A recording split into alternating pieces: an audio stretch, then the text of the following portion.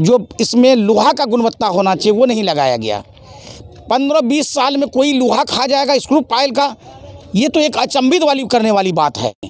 वर्तमान विधायक हो या इसके पूर्व विधायक, वो कहीं ना कहीं दोषी है, क्योंकि आपका खबर का असर ऐसा हुआ कि यहाँ के प्रशासन आपके खबर के वजह से यहाँ पहुँच। सरफराज आलम उस समय यहाँ विधायक थे, वो दोषी हैं कहीं ना कहीं। जितने लोगों की जाने गई है, 10 लाख रुपया मुआवजा भी दिलाया।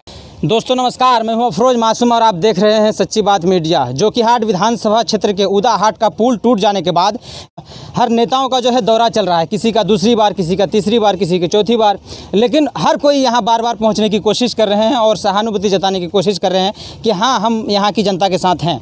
तो इसी प्रकार जो है फ़िलहाल हमारे साथ मुर्शीद आलम जो संभावित प्रत्याशी हैं, जदयू की टिकट पाने के होड़ में सबसे प्रबल दावेदार माने जा रहे हैं मुर्शीद आलम जी, इस वक्त हमारे साथ हैं। और वे भी जो हैं दूसरी बार यहाँ पहुँचे हैं, यहाँ पे मुआयना के लिए यहाँ पे पहुँचे हैं, निरीक्षण के लिए। पुल टूट गए हैं, लेकिन किस मकसद से पहुँचे, आइए हम उनसे बात करते हैं कि किसे दोषी, आखिर वे किसे दोषी मान रहे हैं। इतनी बड़ी घटना घट गई, इसके लिए वे किसे दोषी मान रहे हैं। देखिए, मैं इस दुर्घटना के बाद दूसरी बार आया हूँ। पहली बार आया था दूसरे दिन, लेकिन काफ़ी भीड़ थी और लोगों में बड़ा अफरा तफरी था कि कितने लोग पुल के नीचे दब गया है। बहुत अफवाहें थी कि एक टेम्पो में आदमी भरा हुआ था वो भी दब गया, एक मोटरसाइकिल वाला दब गया, एक ट्रैक्टर दब गया। कहीं ना कहीं एक अफरा तफरी का माहौल था कि बहुत ज़्यादा लोग का हताहत हुआ है और इसका कोई पता नहीं चलता था कि कितने लोग मरे हैं। और इसी का इंतज़ार में हम लोग थे कि देखें, चूँकि हमारी सरकार है, भले हम हार गए हैं लेकिन सरकार बिहार में हमारी है, इसलिए इस बात का भी हम लोगों को जानना ज़रूरी था कि कितने लोग इसमें हताहत हुए हैं। लेकिन बड़ी खुशी की बात है कि एक भी लोगों का जान नहीं गया, कोई हताहत नहीं हुआ। आज इसलिए हम लोग यहाँ बाइक दे रहे हैं, क्योंकि कोई भी बात बोलने से पहले उसकी तहकीकात कर ली जाए तब बोली जाए। क्योंकि यहाँ बहुत लोग नेता आए, बहुत लोग सरकार से मांग भी कर लिया कि जितने लोगों की जाने गई है 10 लाख रुपया मुआवजा भी दिलाया है, जाने कि उन्होंने सरकार से गुहार लगाया, लेकिन एक भी जान नहीं गई। ये बहुत बड़ा ऊपर वाले का कृपा है कि पुल गिरा लेकिन किसी की जान नहीं गई। ट्रैक्टर एक फंसा हुआ है, उसके लिए भी पानी घटेगा और निकाला जाएगा, जो भी सूरत होगा उसको निकाला जाएगा। रही बात कि ये पुल शाहनवाज जी जब सांसद बने थे उनके रीजन में बना था और आरजेडी की सरकार था। इसके साथ ही पलासी प्रखंड में एक बलवा पुल बना स्क्रू पाइल का, लेकिन उनकी हालत ऐसी नहीं थी, वो उस समय 60 में था। कहीं न कहीं इसमें जितने लोग उस समय जनप्रतिनिधि थे, विधायक थे, एमपी थे, वो जिम्मेदार हैं और उस समय के सरकार भी जिम्मेदार है। इनका जो गुणवत्ता होना चाहिए वो गुणवत्तापूर्वक नहीं बना। तो इसका मतलब आप सीधे सीधे तत्कालीन स्थानीय विधायक को दोषी मान रहे हैं। देखिए, इस समय जो अभी वर्तमान में विधायक हैं वो तो नहीं थे, लेकिन सरफराज आलम उस समय यहाँ विधायक थे, वो दोषी हैं कहीं ना कहीं। हाँ, बिल्कुल वो दोषी हैं। रही बात कि यहाँ अभी जो है जो वर्तमान में विधायक वो भी आए, मैंने उसका भी स्टेटमेंट मैंने सुना है।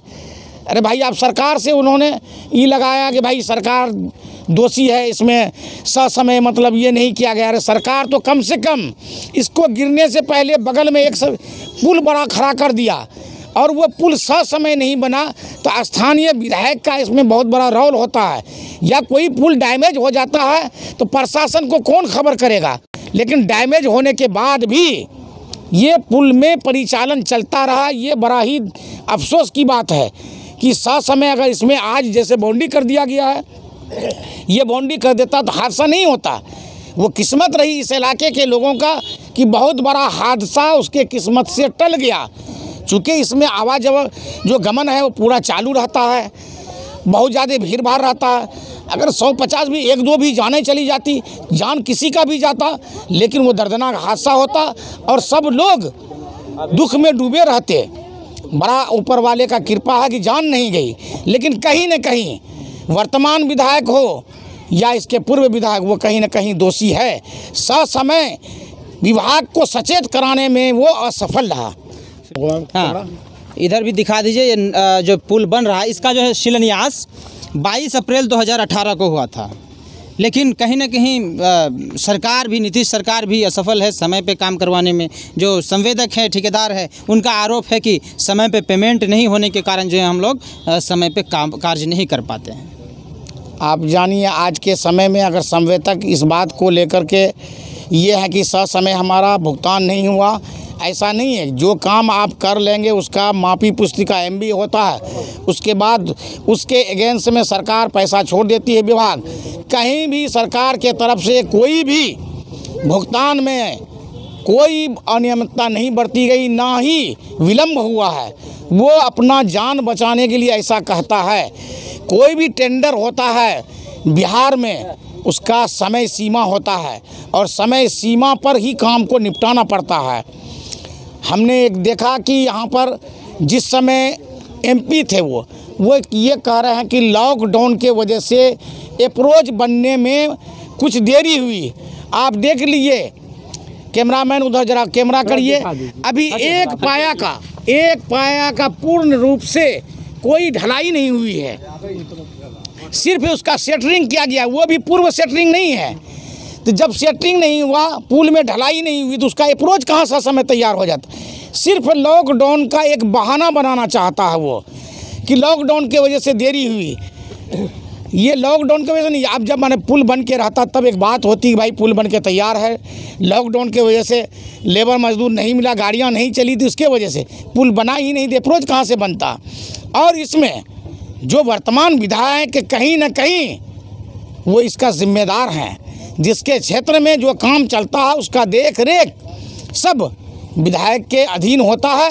अगर उसमें देरी होती है तो उसके जो संबंधित विभाग है उसमें सूचना दिया जाता है कि ये समय पूरा नहीं होगा, बरसात आ रहा है।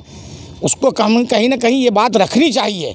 वो कहीं भी सूचना नहीं दिया, जिसके वजह से ये देरी हुई। पिछले साल भी अगर इसी तरह नेता यहाँ पहुँचते, क्योंकि पिछले साल लोकसभा का चुनाव था, उसके बाद लोग पहुँचना चाहते तो पहुँच सकते थे, लेकिन अभी विधानसभा का चुनाव है और स्थानीय जो नेतागण हैं, जो उम्मीदवार, संभावित उम्मीदवार हैं, जो चुनाव लड़ना चाह रहे हैं, हादसा हो जाने के बाद बार बार पहुँच रहे हैं। उससे पहले अगर पहुँचना शुरू कर देते तो शायद जो है माहौल कुछ और होता, पुल शायद नहीं टूटता। आप ये जानिए, 2018 में जब उपचुनाव हो रहा था, इसी पुल से माननीय मुख्यमंत्री नीतीश कुमार जी आए थे और इसकी हालत बहुत अच्छी थी, कहीं पर कोई परेशानी नहीं। उसके बाद ये पाया एक धंसा, कहीं न कहीं विभाग को खबर करके इसको बंद कराया जाना चाहिए, वैकल्पिक व्यवस्था होना चाहिए। कहीं न कहीं एक मान लीजिए कि डायवर्सन ऐसा होना चाहिए जिससे आवागमन बाधित नहीं हो। लेकिन आप देख लीजिए, ये संवेदक है, कहीं कोई डायवर्सन नहीं है। अरे जैसा होता है कि पॉन्टन पुल होता है, उस तरह का पुल भी बना करके डायवर्सन किया जाता है। आप गंगा नदी में देख लीजिए, काम चल रहा था गांधी सेतु में, लेकिन उसका तो पुल तो बनाया गया और आवागमन चालू रहा। यहाँ पर कोई भी डायवर्सन नहीं है। डायवर्सन के नाम पर कहीं न कहीं पैसा का लूट खसोट और उगाही हुई है। आप लेकिन देखिए चारों तरफ, कैमरामैन घुमा कर देखिए, कोई डायवर्सन ही नहीं है यहाँ। इसलिए कहीं न कहीं स्थानीय जो विधायक और अभी वर्तमान विधायक हैं वो दोषी हैं।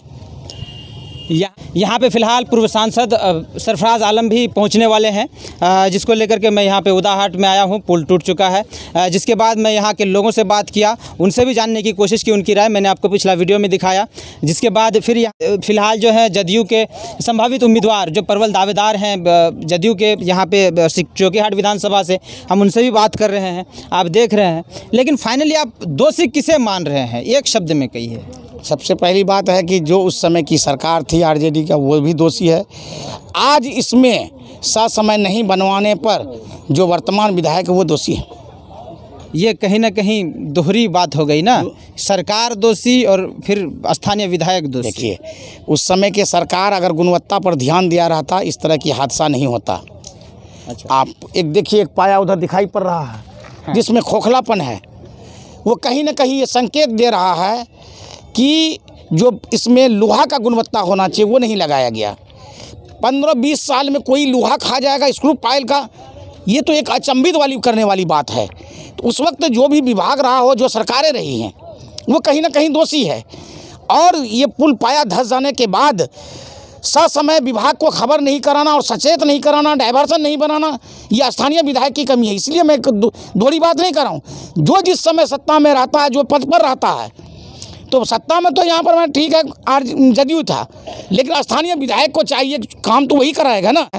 तो भाई ये विधायक के अंदर है, ये RWD का रोड है, सब चीज़ है, इसका देख रेख उसी के अधीनस्थ, तो वो खबर नहीं किया समय। अच्छा, अब तो चुनाव बहुत करीब है, अब तो लगता है कि बस जिस तरह से काम शुरू हो गया है, बस 10 दिन में लग रहा है कि अब लोग इसके ऊपर से जाना आना शुरू कर देंगे।